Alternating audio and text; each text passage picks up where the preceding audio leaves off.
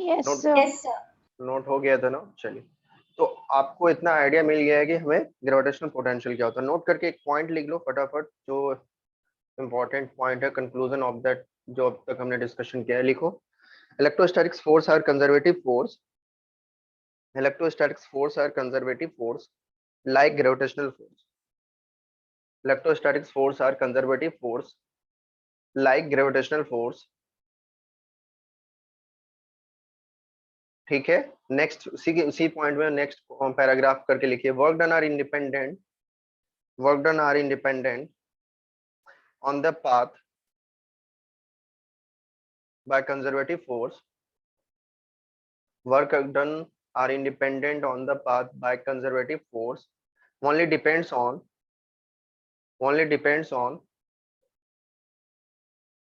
initial and final points और initial और final positions. ठीक है ना? तो सिर्फ इनिशियल और फाइनल पोजीशन पे डिपेंड करता है। आप कह सकते हो इंप्लाइज दैट कि work done in close path should be equal to zero, work done in close path should be equal to zero. Conservative force का जो क्लोज पाथ का होगा, work done in close path हमेशा क्या होगा बच्चा? बोलिए जल्दी। 0. जीरो होगा, ये ध्यान रखना है। मतलब किसी भी तरह का ले लो, ये ए पॉइंट है, ये बी पॉइंट से, अब ए से हम ऐसे घूम फिर के गए बी पे, और फिर मेरा दिल किया कि हम ऐसे सीधे आ जाए यहाँ पे ए पे, तो चाहे एक बड़ा पाथ लो छोटा पाथ लो, नेटवर्क क्या होना है? जीरो होना है। ठीक है? अब जैसे एक एग्जाम्पल होता है, कभी कभी इंटरव्यू में इस तरह के क्वेश्चन आ जाते हैं, ये स्टेयर है, ठीक है, ये मान लो यहाँ पे आप खड़े हो, एक बार आप यहाँ से ऊपर गए सीढ़ी से, और ऊपर से एक बार ऐसे ही कूद गए नीचे, बताओ नेटवर्क कितना हुआ आपके द्वारा? 0. जीरो। मतलब आप ऐसे घूम फिर के जा रहे हो, उससे कोई फर्क नहीं पड़ रहा है। ग्रेविटेशनल फोर्स जो mg होती है वो पाथ पे डिपेंड कर नहीं करती है, इनिशियल और फाइनल पॉइंट पे डिपेंड करती है। तो अगर आपको इस तरह के क्वेश्चंस मतलब वाइवा में पूछ लिया जाता है, ठीक है, ओलंपियाड ओलंपियाड के एग्जाम में, तो मतलब आपको आइडिया है, कॉन्सेप्ट है, तो एकदम क्लियर है कि जा रहे हो कैसे भी जा रहे हो, इनिशियल पॉइंट और फाइनल पॉइंट अगर हमारा सेम आ रहा है तो वर्क क्या होना है? जीरो होना है। तो work done by A B यहाँ पे भी क्या हो जाएगा? Work done by A B equal to zero. अब इसी में आगे एक पॉइंट बना के लिख लो, नेक्स्ट पॉइंट पे कंजर्वेटिव फोर्स क्या होता है, लिखा देता हूँ, लिख लो। जिनको नहीं आता है, जो 11th में पढ़ा है उन्हें आता ही होगा, जिन्हें नहीं आता है उनके लिए लिख लीजिए कंजर्वेटिव फोर्स। हेडिंग डालिए छोटा सा, कंजर्वेटिव फोर्स लिखो, the force in which work done are independent on the path, the force in which work done are independent on the path depends only initial and final position, सिर्फ initial और final positions पे depend करेगा। ठीक है बच्चा?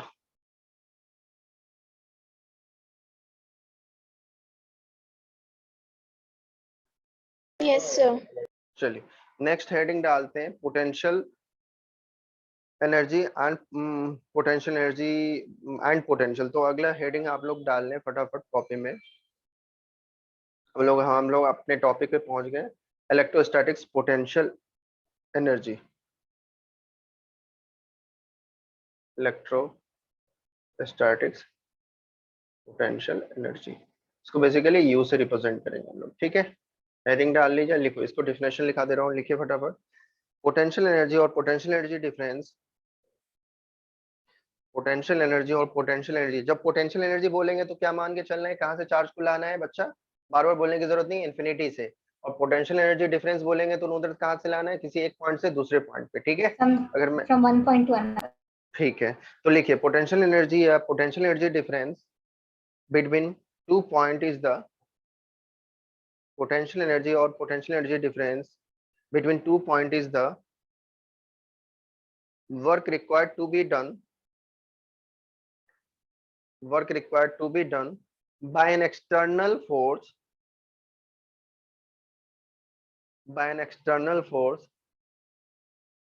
ये बच्चा अभी आ रहा है इतना late. Work done required to be done by an external force, लिख लिया सभी ने? Moving charge without oscillations, bracket में लिख लेना, मूविंग चार्ज ब्रैकेट में लिख लेना, विदाउट oscillations, oscillations नहीं करते, वो बताऊंगा क्यों नहीं करते अभी। Without oscillations from one point to another point from one point two another point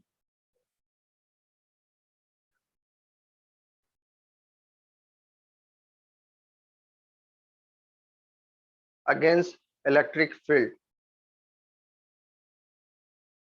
ठीक है, अगेंस्ट इलेक्ट्रिक फील्ड।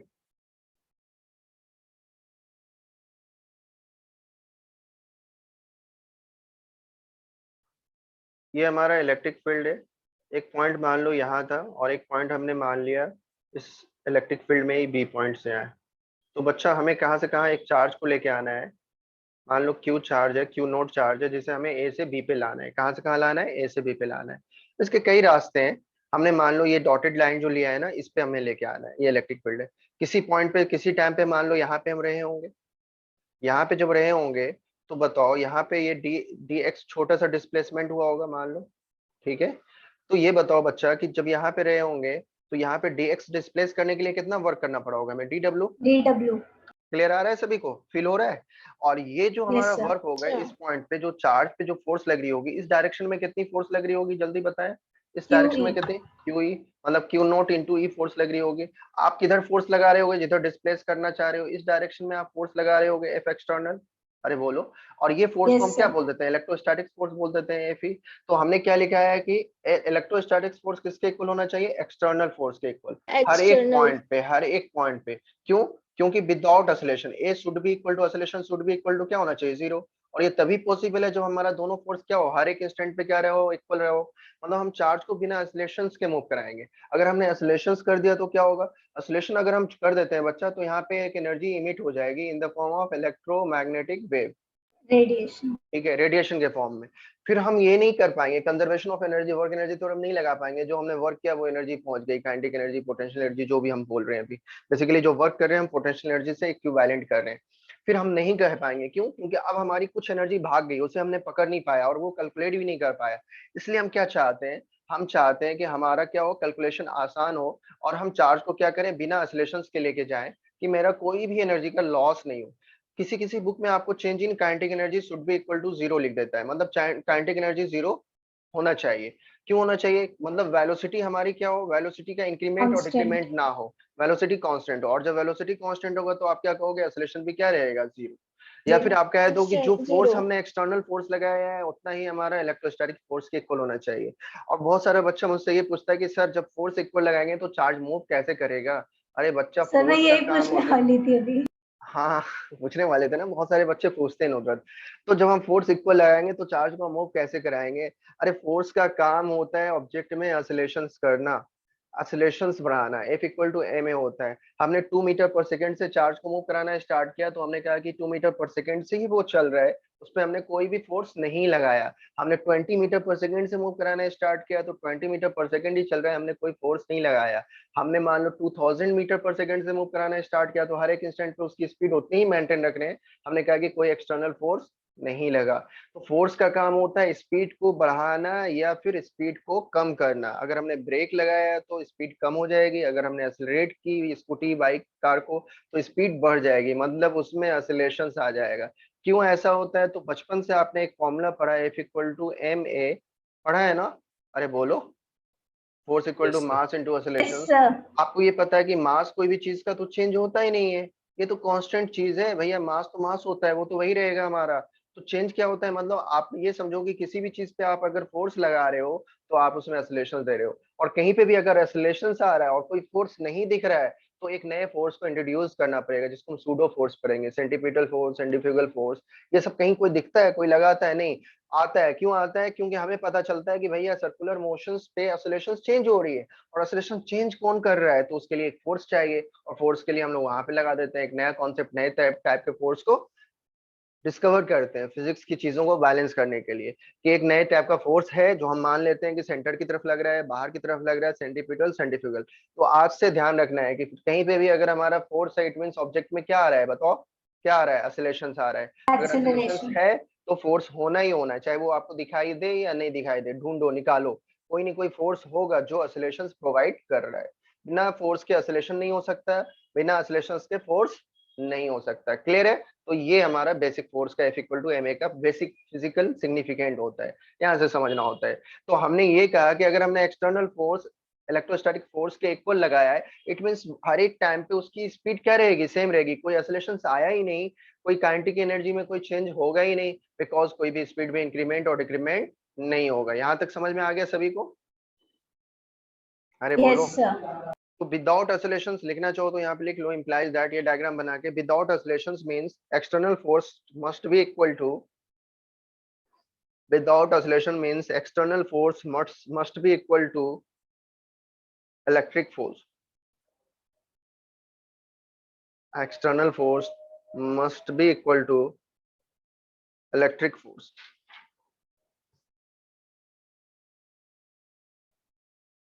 ठीक है,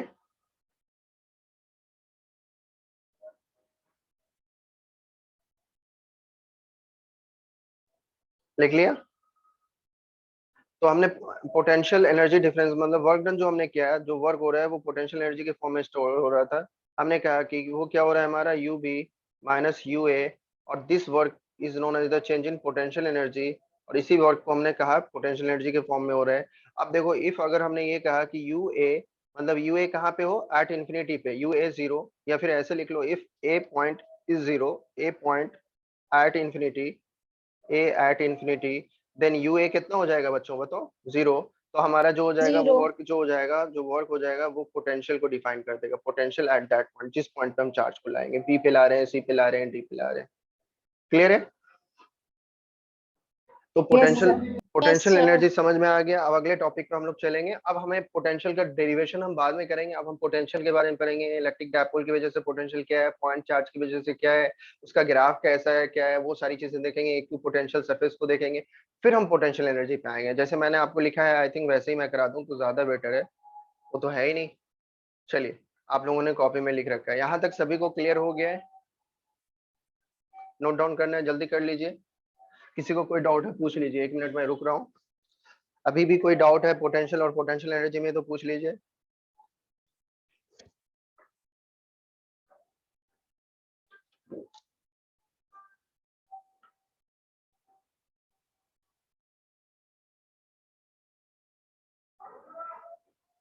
सामिया, आपको समझ में आ रहा है?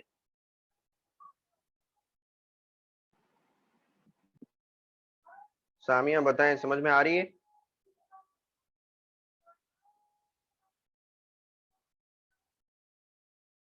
सुन पा रही है नहीं? चलिए, अगला हेडिंग डालिए, इलेक्ट्रिक पोटेंशियल। अगले स्लीड पे आते हैं हम लोग, और हमारा अगला हेडिंग क्या है, इलेक्ट्रिक पोटेंशियल। Yes sir. चलिए, हेडिंग डालते हैं हम लोग, नया टॉपिक है, that is known as the electric potential. अब हम लोग अपने मेन कोर सब्जेक्ट पे पहुंच गए, पोटेंशियल क्या होता है। तो अब तो समझ में आ ही गया, इसको भी वी से ही, कैपिटल वी से ही रिप्रेजेंट करते हैं, यूनिट भी वोल्ट ही होगा, सब कुछ होगा वैसे ही, वोल्ट या जूल पर कूलम लेंगे। तो लिखो, इलेक्ट्रिक पोटेंशियल को डिफाइन कीजिए, जल्दी लिखिए। It is it is defined as the it is defined as the work done per unit charge, work done per unit charge, bringing the charge, bringing the charge कहाँ से, infinity to a particular point,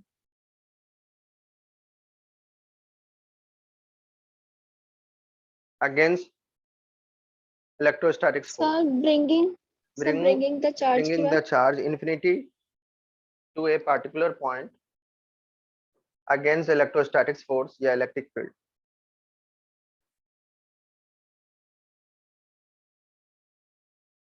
ठीक है,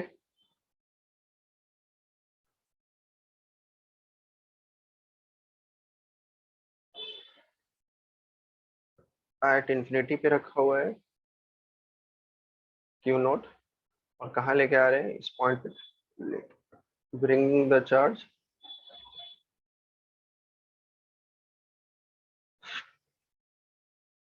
ठीक है, from infinity to a particular point, that is known as the potential at that point. देखो, Q naught charge को लाने में हमें कितना वर्क करना पड़ रहा है, मान लो डब्ल्यू वर्क करना पड़ रहा है, यूनिट चार्ज को लाने में कितना वर्क करना पड़ेगा, जल्दी बताइए। डब्ल्यू है W Q upon note, Q naught. इसी वर्क को बोला गया, इसी चीज को जो वर्क पर यूनिट चार्ज आ रहा था, that is known as the electrostatics potential, इसी को बोलते हैं हम electrostatics potential. Work done per unit charges from infinity to a particular point. Unit क्या हो जाएगा जल्दी बताओ? Joule per coulomb joule per coulomb. और वोल्ट, और क्या हो जाता है? वोल्ट। ठीक है, अब इसके कुछ चीजें होती है, पोटेंशियल कैसी क्वांटिटी होती है, क्या होती है, तो इसके बारे में कुछ फैक्ट के बारे में जान लेते हैं, यहीं पर डिस्कशन कर लेते हैं। पोटेंशियल कैसी क्वांटिटी होती है बताओ? देखो सबसे पहली स्केलर। चीजें होती है कि it is independent on the magnitude of charge. मैं बोल रहा हूँ कि 2 कूलम चार्ज लाने में पोटेंशियल, मतलब मैं आपको क्वेश्चन ऐसे पूछ सकता हूँ, यहाँ पे पहले लिख देता हूँ, it is independent on the magnitude of charges. समझ में आ रहा है? लिख लीजिए, इट इज, आईटी में लिख रहा हूँ, समझ जाना, independent on magnitude of charge, magnitude of charge. मतलब मैं अगर आपको इससे जेई के नीट के क्वेश्चंस बन सकते हैं, सपोज कर लो आपको बोला जाए कि ये पॉइंट ए है, ये पॉइंट बी है, और बोल रहा है कि 5 कूलम यहाँ से यहाँ ला रहे हैं तो पोटेंशियल 10 वोल्ट है, तो बताइए कि 10 कूलम अगर लाएंगे तो पोटेंशियल कितना हो जाएगा? जल्दी बताओ। 5 कूलम चार्ज को ए से बी 10 लाने में वोल्ट। पोटेंशियल हमारा 5 वोल्ट है, तो अगर 10 कूलम को लाएंगे तो कितना हो जाएगा? 10 वोल्ट हो जाएगा। नुदरत अभी लिखा है ना नो सर, इंडिपेंडेंट होता 5 वोल्ट मतलब है। आपने पहले 10 वोल्ट कहा था ना, इसलिए यस, मैंने 10 ऐसे वोल्ट कह का दिया। था। तो इंडिपेंडेंट होता है, मतलब आप 10 कूलम लो, 50 कूलम लो, 100 कूलम लो, वो तो भैया डिवाइड ही हो जाएगा। जितना ज्यादा चार्ज रहोगे उतना ज्यादा वर्क होगा, और फिर 4 से डिवाइड होगे, वो हमारा कांस्टेंट ही मिलना है। तो वर्क जो होता है, इस पे जेई के नीट के क्वेश्चन भी बने हैं, जेई के भी बने हैं। आपको बोल दिया जाता है कि एक इलेक्ट्रिक फील्ड में एक पॉइंट ए से बी पे लेके जा रहे हैं, बी पॉइंट का पोटेंशियल 5 वोल्ट है, फिर हम 10 कूलम या चार्ज को थ्राइस कर दे रहे हैं, चार्ज को हाफ कर दे रहे हैं, चार्ज को ट्राइस कर दे रहे हैं, जब लेके जाएंगे तो पोटेंशियल शुड भी ऑप्शन दे देता है, हाफ हो जाएगा, ट्वाइस हो जाएगा, रिमेन सेम रहेगा, नन ऑफ दीज होगा, बच्चा वहां पे भी कंफ्यूज। तो एक बेसिक फंडा है, सिंपल सा है, तो दिख रहा है फॉर्मूले से ही आपको दिखना चाहिए कि भैया चार्ज चाहे 5 कूलम लो और 10 कूलम लो, पर यूनिट चार्ज की बात हो रही है, और पर यूनिट चार्ज की बात हो रही है, इट मींस दैट कि चार्ज से इंडिपेंडेंट होगा। क्लियर है सभी को? अब यहाँ पे एक चार्ज को लाने पे हमने एक फील्ड में लाया है, तो हमारा ये हो रहा है। दूसरी चीज है हमारी, ये कैसी क्वांटिटी होती है?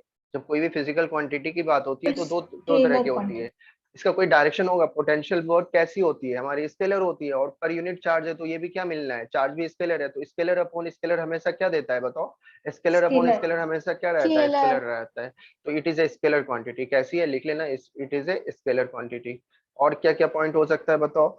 इसका ऐसा यूनिट्स क्या होता है? ऐसा यूनिट्स क्या होता है? वोल्ट। वोल्ट। ऐसा यूनिट्स क्या होता है? इसका वोल्ट होता है, लिख लीजिएगा, वोल्ट। ठीक है, इसको वी से रिप्रेजेंट करते हैं। किससे रिप्रेजेंट करते हैं बच्चा? वी से। फर्स्ट पॉइंट क्या है? फर्स्ट पॉइंट है इट इज इंडिपेंडेंट। मैंने शॉर्ट में थोड़ा लिख दिया, चलो मैं इसको ऊपर लिख देता हूँ, इंडिपेंडेंट। इंडिपेंडेंट।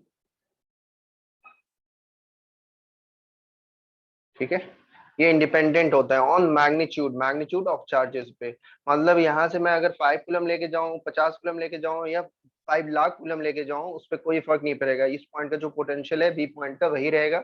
आप उस पॉइंट पे कितने भी मैग्नीट्यूड के चार्ज को लेके आ जाओ, इससे कोई फर्क नहीं पड़ता, इंडिपेंडेंट होता है। ठीक है, इस पे क्वेश्चन आ रखा है, इसलिए इस पे स्टार लगा लो अपना, कि आपको ये पॉइंट याद रहे। कई बार पूछा जा चुका है इस पे क्वेश्चन, स्टेट वाइज में भी और कई सारे ओलंपिक एग्जामिनेशन में भी।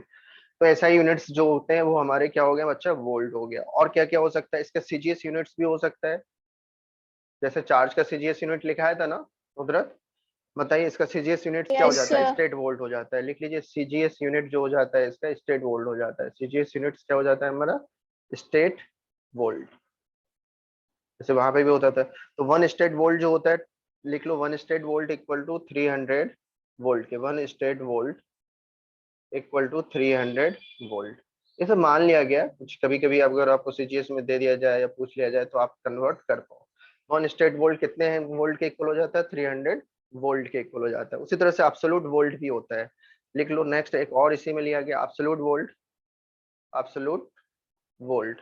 और वन एब्सोल्यूट वोल्ट जो होता है वो कितने? 10 वोल्ट के इक्वल हो जाता है। वन एब्सोल्यूट वोल्ट कितने के इक्वल हो जाता है बच्चा?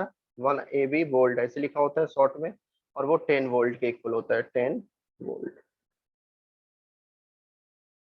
लिख लीजिए इसे भी, लिख रहे हैं ना सब लोग?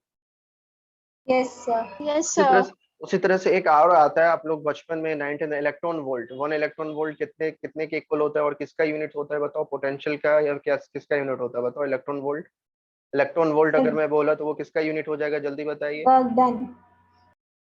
हाँ, वो वर्क का यूनिट होगा, इसका पोटेंशियल का यूनिट नहीं होगा। अगर मैं इलेक्ट्रॉन वोल्ट बोलता हूँ तो इलेक्ट्रॉन वोल्ट का मतलब समझो कि यहाँ से ही कि एक इलेक्ट्रॉन्स को मूव करने में, यहाँ से यहाँ लाने में जो वर्क कर रहे हैं, एक इलेक्ट्रॉन्स को, देखो V इक्वल टू हमारा क्या मिल रहा है, W बाई क्यू, तो W इक्वल टू क्या हो जाएगा, क्यू नॉट इंटू वी। अगर हमने इलेक्ट्रॉन ले Yes. लिया तो इसको यहाँ पे E हो जाएगा, और इसको V का क्या हो जाएगा, वोल्ट। इसको इसको क्या बोल देते हैं, इलेक्ट्रॉन वोल्ट। तो 1 इलेक्ट्रॉन वोल्ट का मतलब होता है, 1 इलेक्ट्रॉन वोल्ट का मतलब होता है, ऐसे लिखा जाता है ना, 1 eV शॉर्ट में, शॉर्ट में ही लिख Yes, देता sir. हूँ। इलेक्ट्रॉन वोल्ट को मैं शॉर्ट में अगर लिखूं तो बच्चा 1 eV लिखते हैं, और वो आप लोग को रटाया गया होगा।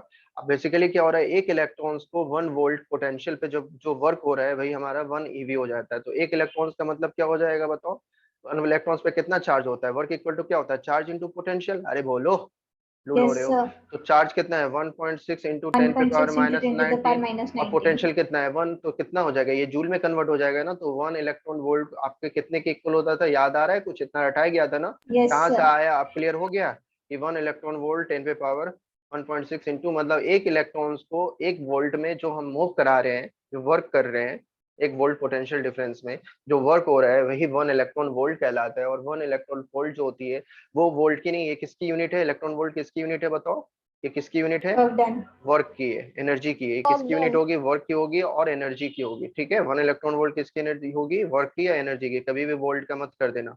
तो इसलिए मैंने यहाँ पे लिखा है कि बच्चे इलेक्ट्रॉन वोल्ट में कंफ्यूज होते हैं, तो अलग से यहीं पे लिख लीजिएगा, electron volt is not unit of potential, it is unit of potential energy और वर्क। वर्क की यूनिट होती है और पोटेंशियल एनर्जी की यूनिट होती है। और 1 इलेक्ट्रॉन वोल्ट 1.6 इंटू 10 पे पावर 19 जूल के इक्वल होता है। कैसे होता है, क्योंकि 1 इलेक्ट्रॉन्स पे चार्ज कितना होता है, 1.6 इंटू 10 पे पावर माइनस 19, और 1 वोल्ट में जो हम मूव कराने में जो हमने वर्क किया वही स्टोर हो रही है in the form of electrostatics potential energy. हवा लग गई। Yes, sir. Yes, sir. चलिए यहाँ तक नोट कर लीजिए, अगला टॉपिक कराता हूँ फिर मैं। अब हमारे पास डेरिवेशन डेरिवेशन है, मैं नीट के ना क्वेश्चन बाद में कराऊंगा, थोड़ा सा पहले आप लोगों को ना, इसमें बहुत तरह के बच्चे हैं। तो नुदरत समझ में आ रही है बात ना, तो आप अपना करना, Yes, और sir. लास्ट में चैप्टर के एंड में मैं फिर सारी चीजों को जब रिकैप कराऊंगा ना पीपीटी पे, तो वहां पे मैं नीट के कॉन्सेप्ट और ट्रिक दे दिया करूंगा, ठीक है। या चैप्टर के टॉपिक के एंड में दूंगा मैं, थोड़ा सा Okay, ट्रेड sir. चेंज कर रहा हूँ। चलिए यहाँ तक हो गया, सभी लोगों ने कर लिया, नोट कर लो जिनसे नहीं हुआ जल्दी Yes, जल्दी। sir. ठीक है, देखो फिर से हम यहाँ पे, हमने फर्स्ट स्लाइड पे तो सिंपल सी बात हो रही थी, यहाँ पे हमने बात कर ली कि भैया फोर्स का मतलब क्या होता है, सेंट्रीपिटल फोर्स, सेंट्रीफ्यूगल फोर्स। जैसे मैं आपको बताऊं कि सर्कुलर मोशन अगर करते हो, किसी भी चार्ज को 2 मीटर पर सेकेंड से मूव कराते हो, तो आप क्या कहते हो, कोई भी पार्टिकल मूव करता है 2 मीटर पर सेकेंड से, 2 मीटर पर सेकेंड से, तो कैसा बोलते हो, यूनिफॉर्म सर्कुलर मोशन कैसा मोशन होता है, बताया था ना एक बार मैंने भी डिस्कशन के, Accelerated. एक्सेलेरेटेड होता है। तो भैया यहाँ तो स्पीड तो कांस्टेंट है, एक्सेलेरेटेड क्यों हो रहा है कुदरत, एक्सेलेरेटेड क्यों हो रहा है, जल्दी Because बताओ। direction is because changing. Direction change हो रही है। डायरेक्शन अलग तो अलग है। डायरेक्शन मतलब आपका जो एक्सेलरेटेड मोशन हो गया, इसका मतलब एक्सेलेरेशन यहाँ पे जीरो नहीं है। अरे बोलो, एक्सेलेरेशन जीरो नहीं है। अरे बोलो, एक्सेलेरेशन है ना, एक्सेलरेटेड मोशन का Yes, मतलब sir. एक्सेलेरेशन जीरो नहीं है, और एक्सेलेरेशन जब जीरो नहीं है तो कोई ना कोई फोर्स होना चाहिए। कहाँ है फोर्स, कहाँ है, कौन सा फोर्स है बताओ, क्वेश्चन तो ये आता है। Centripetal force. तो यहाँ पे जब मैंने बताया कि एक्सेलरेशन होगा तो क्या आएगा, फोर्स आएगा। तो देखो यहाँ पे एक फोर्स आ गया, जिसको हम लोग नया नाम दे देते हैं कि अब ये कहाँ से आता है, क्यों आता है, अब रीजन समझ में आ रहा है। जहाँ पे एक्सेलरेशन Yes, होगा sir. वहां पे हमें एक नए फोर्स को डेवलप करना होगा, और इसको हम बोल देते हैं सेंटीपिटल फोर्स। क्योंकि हम सेंटर पे बैठ के देख रहे होते हैं, सेंटर पे बैठ के हम देख रहे होते हैं, तो हम कहते हैं भैया सेंटर की तरफ एक फोर्स लग रहा होगा, जिसकी वजह से ये ऐसे घूम रहा है, डायरेक्शन चेंज कर रहा है, और उसका नाम दे दिया सेंटीपिटल फोर्स, और वो वैल्यू mv²/r निकल के आ जाती है, एफसी। अब अगर मैं इसी पे बैठ के देखूं, मान लो कि स्टोन को बांध दिया है, रोप को घुमा Centrifugal रहा हूँ, force. तो भैया जब हम एक्सीलरेटेड ऑब्जेक्ट पे ही बैठ के देखते हैं, तो उस ऑब्जेक्ट को उस बंदा बाहर की तरफ जाता हुआ दिखेगा, उसको ये नहीं लगेगा कि सेंटर की तरफ जा रहे हैं। आप झूले पे झूले हो कभी, तो बाहर की तरफ जा रहे होगे, फिर अगर राउंड झूला झूले हो, या फिर आप सोच लो ना कि किसी रस्सी पे आपने स्टोन को बांधा है और रिवॉल्व कर रहे हो, और छोड़ोगे तो स्टोन बाहर की तरफ भागता है, आपकी तरफ नहीं आएगा। इसका मतलब जब हम एक्सीलरेटेड ऑब्जेक्ट पे, फ्रेम ऑफ रेफरेंस मैंने पढ़ाया था नुदरत, frame of Yes, reference sir. कैसा हो हमारा, एक्सीलरेटेड हो, और उस पे बैठ के अगर हम किसी फोर्स को एनएलएम लगा रहे हो, तो वहां पे फिर हमारा क्या आ जाता है, एक सूडो फोर्स को हमें बनाना पड़ता है, डेवलप करना पड़ता है, क्योंकि हमें न्यूटन्स लॉ ऑफ मोशंस वहां पे वैलिड नहीं होता है। उसको वैलिड करने के लिए एक नए सूडो मतलब झूठा, जो ऑलरेडी होता होता नहीं है, उसको बनाया गया, उसको मान लिया Yes, गया, sir. और वो बोला जाता है सेंट्रीफ्यूगल फोर्स। तो सेंट्रीफ्यूगल फोर्स कैसा फोर्स होता है, सूडो होता है, और सेंट्रीपिटल फोर्स कैसा होता है, रियल होता है, जो एक्चुअल में पार्टिकल पे लग रहा होता है। दोनों की वैल्यू मैग्नीट्यूड सेम होती है, एक टॉवर सेंटर होती है और एक अवे फ्रॉम सेंटर Away होती from है। center होता है. ठीक है, Center. जिन्होंने जिन्होंने 11th पढ़ा है तो उसे मैंने करा रखा है, और रिकॉल भी हो गया होगा अभी, अगर मैंने पढ़ाया होगा सब चीज, जैसे मैं पढ़ाता हूँ 11th में, वैसे ही मैंने अभी भी बताया आप लोगों को, ठीक है नुदरत, बताया था ना ये सारी चीजें। Frame of reference. Yes sir बता था। गुड। तो ये सारी चीजें बस यूज होनी होती है, तो थोड़ा थोड़ा ये सब चीजों का भी रिकैप आप लोगों का कराता रहूंगा मैं। आगे बढ़ते हैं। आगे यहाँ पे हमारा इलेक्ट्रिक पोटेंशियल हमने डिस्कशन कर लिया, इसके एसआई यूनिट्स क्या होते हैं, कैसी क्वांटिटी होती है। स्केलर का मतलब सिंपल है, मैं बोलूँ 5 वोल्ट है और 10 वोल्ट और हो गया तो क्या हो जाएगा, ऐड हो जाएगा। 5 वोल्ट है माइनस 10 वोल्ट हो गया तो माइनस 5 वोल्ट। ठीक है ना। तो ये सिंपल सा स्केलर क्वांटिटी होती है जिसके पास कोई डायरेक्शन नहीं होता है, मैग्नीट्यूड होता है। अभी इसका सीजीएस यूनिट याद रख लो, स्टेट वोल्ट होता है और एब्सोल्यूट वोल्ट होता है। 1 एब्सोल्यूट वोल्ट 10 वोल्ट के इक्वल हो जाता है। इलेक्ट्रॉन वोल्ट जो होती है वो हमारी वोल्ट पोटेंशियल की यूनिट नहीं होती है। अभी हम पोटेंशियल पढ़ रहे हैं, पोटेंशियल एनर्जी नहीं पढ़ रहे हैं। मतलब हम क्या देख रहे हैं, work done per unit charge की बात कर रहे हैं, work done per unit charge की बात कर रहे हैं। ठीक है, चलिए आगे बढ़ते हैं।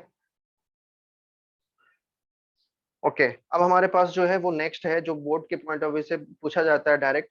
पोटेंशियल मैं भी लिखूंगा, आप लोग चाहो तो अपने लैंग्वेज में लिख लेना। Potential due two point charges, potential due two point charges. एक पॉइंट चार्ज का पोटेंशियल क्या होगा, पॉइंट चार्जेस। तो हम इसका ड्राइव करेंगे, अभी डेरिवेशन है, इंपॉर्टेंट है। और फॉर्मूले पे न्यूमेरिकल्स भी कई सारे निकलते हैं हमारे। ठीक है, potential due two point charges लिख लीजिए सभी लोग जल्दी से। देखिए अब यहाँ पे लैंग्वेज मैं लिखाऊं या नहीं लिखाऊं, खुद से तो लैंग्वेज लिख पाओगे ना आप लोग। लेट अस कंसीडर ए यस सोर्स सर। चार्जेस, मैं लिखा नहीं रहा हूँ, बताएं और बच्चे बताएं, लैंग्वेज लिखा दूं? बोलिए तो मैं सर लिखा लिख देता हूँ। लेंगे हम। पक्का ना, पक्का पक्का? अरे यस बोलो। सर। चलिए भरोसा ये इतना कर बाकी सक, बच्चे से भी पूछ लीजिए। और बच्चे बताएं, भरोसा कर सकता हूँ? यस धोखा तो, सर। धोखा तो नहीं देंगे ना? चलिए भरोसा कर सकते हैं आप लोगों पे। तो लैंग्वेज में नहीं लिख रहा हूँ, बोल दे रहा हूँ, जिनको लगेगा वो लिख लेना और पूछ लेना। ठीक है, एग्जाम में लैंग्वेज लिखना होता है। Let us consider a charges plus Q as a source charges, इसको हमने क्या बोल दिया, source charges. And we want to calculate the magnetic, sorry we want to calculate the potential at point P which are distance apart from the source charges. जो मैंने diagram में बनाया उसी को लैंग्वेज में लिखना होता है, और क्या है। आपको भी ऐसे ही जैसे मैं बोल रहा हूँ ना, जैसे डायग्राम बना रहा हूँ ऐसे ही समझना है। पहले चार्ज लो, ऐसा नहीं कि पहले पॉइंट ले लिया, पहले डिस्टेंस ले लिया, बाद में चार्ज। पहले हमने एक सोर्स चार्ज लिया, ठीक है, सोर्स चार्ज ले लिया। अब हमें क्या करना है, हमारा हेडिंग है potential due two point charges. तो एक्चुअली हमने क्या ले लिया, एक पॉइंट पी ले लिया जो उस सोर्स चार्ज से कितने डिस्टेंस पे है बच्चा, आर डिस्टेंस पे, जहां पे हमें क्या निकालना है, वी की वैल्यू कैलकुलेट करनी है। Tension. That's it, question mark. ये हमें पोटेंशियल निकालना है। अब देखो यहाँ पे अगर मुझे पोटेंशियल निकालना है बच्चा, तो आप लोग बताएं मुझे, पोटेंशियल निकालने के लिए आपको क्या करना होगा, इन्फिनिटी से किसी चार्ज को उस पॉइंट पे लाना होगा। अभी डिफिनेशन में हमने यही पढ़ा है कि किसी भी पॉइंट पे यस पोटेंशियल सर। अगर निकालना होता है, मान लो पी पॉइंट पे, तो हम क्या मानते हैं कि एक पॉइंट है जहाँ पे क्यू नोट चार्ज है, क्यू नोट चार्ज हमने मान लिया है। ठीक है, कहाँ पे है ये, एट इन्फिनिटी पे। कहाँ पे है, एट इन्फिनिटी पे। यहाँ से हम उठा के कहाँ ला रहे हैं, यहाँ पे ला रहे हैं पॉइंट पी पे। तो यहाँ से यहाँ लाने में जो वर्क हुआ होगा, यहाँ तक लाने में, वही इस पॉइंट की पोटेंशियल होगी। यही होती है ना, work done bring a charge from infinity at a particular point. और उस वर्क को ही हम पोटेंशियल बोलेंगे। तो हमने जो माना है वो मान लिया यहाँ पे, कहाँ पे, इन्फिनिटी से किसी चार्ज को यहाँ पे लाने में। अब हम क्या करेंगे, लेट अस, ये क्या हो रहा है 10 मिनट में, जल्दी करो, हो पाएगा कि नहीं। Let us an arbitrary point, arbitrary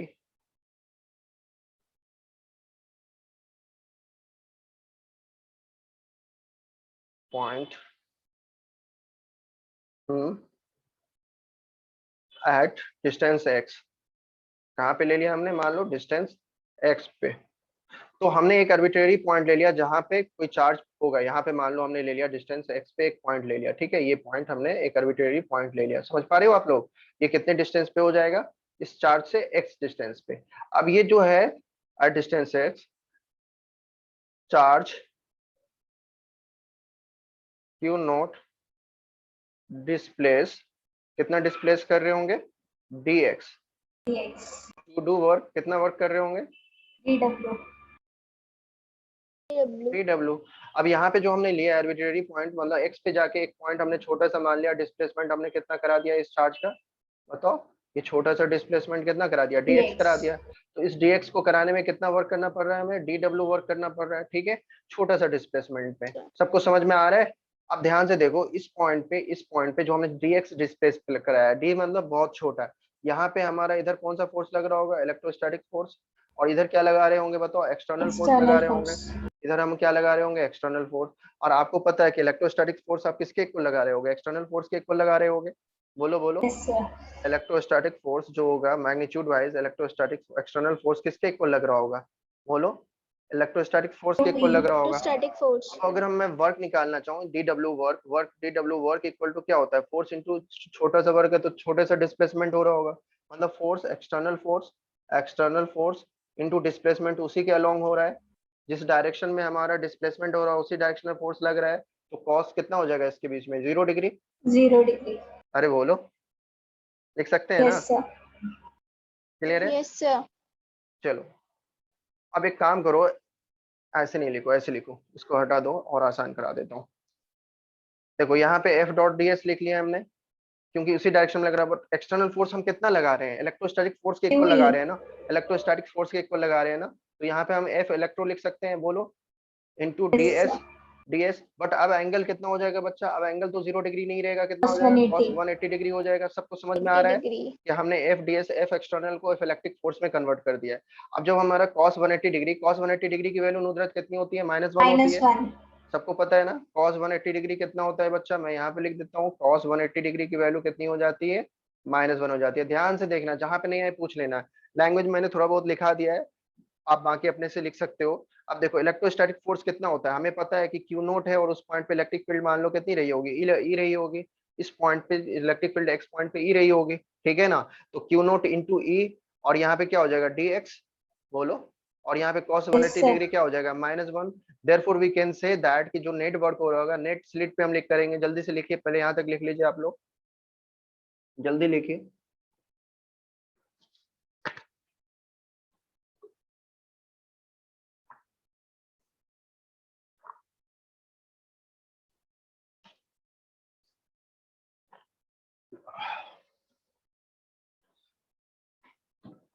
जिसको नहीं समझ में आ रहा है पूछ लें, ये एक्स क्या है, मतलब एक्स हमने कोई एक आर्बिट्रेरी पॉइंट यहाँ से ले लिया जहाँ पे वो डिस्प्लेसमेंट dx कर रहा होगा और dw वर्क कर रहा होगा, और dw वर्क ही हमें बेसिकली निकाला है, और फिर अब इंडिकेट कर देंगे तो हमारा नेटवर्क हो जाता है। dw वर्क हमारा कितना आ जाता है, यहाँ पे चाहो तो लिख लो -q0 e/ds, ये हमारा dw वर्क आ जाता है, ठीक है। ये cos 180 डिग्री मैंने साइड में लिख रखा है, ये हमारा dw वर्क मिल जाता है। जो हमारा dw वर्क हुआ है वो सर कितना आ रहा है, 180 डिग्री क्यों लिया? 180 डिग्री इसलिए लिया बच्चा, देखो ये पॉइंट था, इस पॉइंट पे एक्सटर्नल फोर्स इधर लग रहा था हमारा, डिस्प्लेसमेंट भी इधर ही लेके जा रहे थे चार्ज को, तो इसके बीच में तो एंगल 0 डिग्री है, बट हमने एक्सटर्नल फोर्स को किससे रिप्लेस कर दिया, इलेक्ट्रोस्टैटिक फोर्स से। इलेक्ट्रोस्टैटिक फोर्स इधर क्यू लग रहा है और डिस्प्लेसमेंट इधर हो रहा है, देखो डिस्प्लेसमेंट इधर हो रहा है, तो इन दोनों के बीच में एंगल कितना बन जाएगा, बोलो, 180। 180 डिग्री। आ गया समझ में। Yes sir. तो इलेक्ट्रो देखो यहाँ पे एक्सटर्नल फोर्स है और ये क्या आ गया हमारा, इलेक्ट्रोस्टैटिक फोर्स। जब ये दोनों आ गया तो डॉट प्रोडक्ट फिर यहाँ पे जब करोगे, मैंने एक स्टेप थोड़ा सा छोड़ दिया है, करा दूं क्या अलग से, मतलब यहीं पे आप एक्सटर्नल की जगह पे इलेक्ट्रो लिख के डॉट लिखना होता है। अरे समझ में आ गया या नहीं आया ये बताओ, नहीं आया तो मैं लिखूंगा, मतलब यहाँ पे आ जैसे सर आ गया। गया, एक्सटर्नल आ गया। बस आ cos गया 180 सर, डिग्री आ फिर गया। अगले स्टेप में लिख देना होता है। कोई नहीं, आपको इतना अंडरस्टैंडिंग होनी चाहिए क्या कर रहे हैं कैसे करना है, तो सिंपल सा है, एक्सटर्नल फोर्स के को हमने रिप्लेस कर दिया इलेक्ट्रोस्टैटिक फोर्स, तो उसके बीच में डिस्प्लेसमेंट तो हमारा इधर ही चल रहा है ना, इन्फिनिटी से आप लेके आ रहे हो, अब लेके कैसे आ रहे हो, लाइन लेके आ रहे हो, ऐसे लेके आ रहे हो, उसको कोई फर्क नहीं पड़ता है। तो किसी एक आर्बिट्रेरी पॉइंट पे मान लिया हमने डीडब्ल्यू वर्क किया होगा, और डीडब्ल्यू वर्क जो हो रहा होगा वो हो रहा होगा फोर्स इंटू डिस्प्लेसमेंट, तो फोर्स हमारा एक्सटर्नल था, डिस्प्लेसमेंट डीएक्स था, बट हमें तो ये एफ एक्सटर्नल किसके इक्वल हो रहा है, क्यू ई के, और क्यू ई किसके इक्वल हो रहा है, माइनस होगा ना इसके साथ एंगल, तो cos 180 डिग्री हो जाता है, तो माइनस आ जाता है। क्लियर है सभी का। Yes, sir. यस चलिए सर। अगले स्लिट पे चले। तो देखो बच्चों हमारे पास डी डब्ल्यू है, डी डब्ल्यू कितना है, जल्दी बताइए, जल्दी बताइए कितना है, -q0 -q0 e ds। Not dx. EDX. अब देखो हमें यहाँ तक डी डब्ल्यू वर्क मिल गया, वी वी हैव, हमें क्या पता होता है कि जो डी डब्ल्यू मिला तो डीवी जो पोटेंशियल हो जाएगा वो क्या हो जाएगा, जो वर्क होगा डीवी अपॉन क्यू नोट, यही हो रहा होगा। यहाँ से जो आप Yes, sir. डिवाइड कर दोगे, देखो -q0 e dx upon q0, यहाँ से ये कैंसिल हो जाएगा, बताओ। तो Yes, डीवी sir. डीवी की वैल्यू कितनी मिल गई, छोटा सा -e पोटेंशियल हो dx. गया उस पॉइंट पे, वो -e/ds। अब देखो electric field due two point charges कहाँ पे देखना है हमें, एक्स पॉइंट पे देखना है, इस पॉइंट पे देखना है ना, एक्स पॉइंट पे हमें ई लिया है हमने, यहाँ पे ई माना है, तो यहाँ पे इलेक्ट्रिक फील्ड की वैल्यू कितनी हो जाएगी, के Q by x square, x है ना, Yes, sir. तो हम लिख सकते Yes, हैं sir. Electric field due two point charges, मतलब हमारा plus Q charge source charge है, इससे हमारा एक्स डिस्टेंस पे अगर हमने इलेक्ट्रिक फील्ड निकालना होता है तो हमारे पास क्या होता है, के क्यू बाई एक्स स्क्वायर, ये फॉर्मूला हमने पीछे पढ़ रखा है electric field due two point charges, बोलो। तो यहाँ पे हम ये वैल्यू पुट कर Yes, सकते हैं। sir. तो यहाँ पे वैल्यू हम पुट करेंगे, कितना हो जाएगा, माइनस के Q upon x square D x. हो गया बच्चा। अब आप यहाँ से क्या कर दो, इंटीग्रेट कर दो। इंटीग्रेट कर दो। टीवी को कहाँ से कहाँ इंटीग्रेट कर दो बताओ, जीरो से वी। इन्फिनिटी 0 पे to कितना V. माना जाएगा, इन्फिनिटी पे कितना माना जाएगा, जीरो। और कहाँ पे लेके आ रहे हो, मान लो जहां पे भी लेके आ रहे हो वहां पे पोटेंशियल कैपिटल वी रहा होगा। और ये कहाँ से कहाँ लेके जा रहे हो, कहाँ से, इन्फिनिटी पे क्या था, इन्फिनिटी पे क्या ले लोगे बोलो, इन्फिनिटी कहाँ तक लेके 0. आ रहे हो, Infinity. इन्फिनिटी से कहाँ तक लेके आ रहे हो बताओ, डिस्टेंस कितना X लेके आ रहे तक. हो, इन्फिनिटी से एक्स नहीं है, एक्स तो यहाँ है बच्चा, इन्फिनिटी से इस पॉइंट पे निकालना है ना हमें, पोटेंशियल पी पॉइंट पे निकालना है ना। तो कितने डिस्टेंस पे ला रहे हो, इन्फिनिटी, इन्फिनिटी कहाँ से देख Infinity रहे हैं, minus. सोर्स चार्ज से हमेशा डिस्टेंस देखते हैं, distance always measure from the source charges, याद रखना। तो इन्फिनिटी से कहाँ पे ला रहे हैं, आर पे ला रहे हैं ना, आर डिस्टेंस पे ला रहे हैं ना बच्चा, Yes, sir. आ गया समझ में। Yes, sir.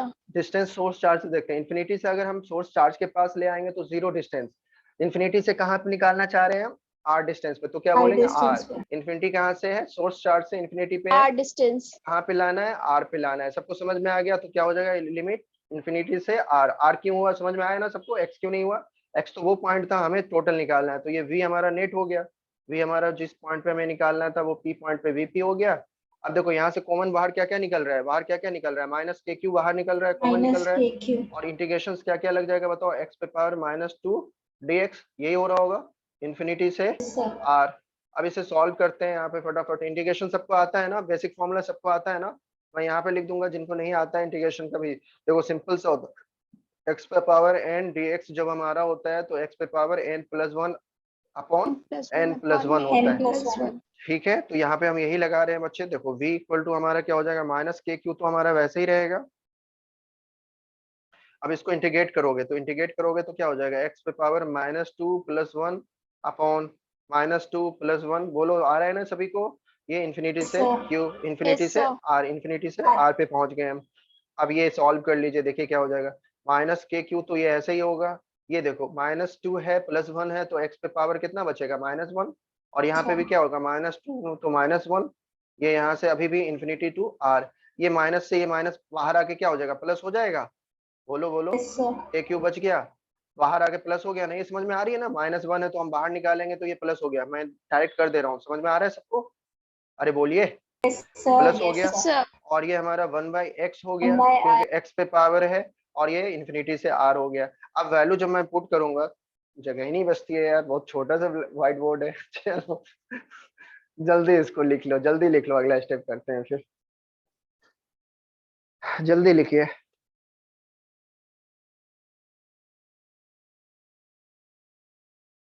वन मिनट से भी कम टाइम बच रहा है, पीछे का देख लो, जिनका छूटा स्क्रीनशॉट ले लो, पोटेंशियल से यहाँ से स्क्रीनशॉट ले सकते हैं आप, जल्दी जल्दी ले लीजिए, टाइम कम है। ये वाला डेरिवेशन कर रहे थे, स्क्रीनशॉट ले लीजिए, जिन्होंने नहीं लिख पाए सही से।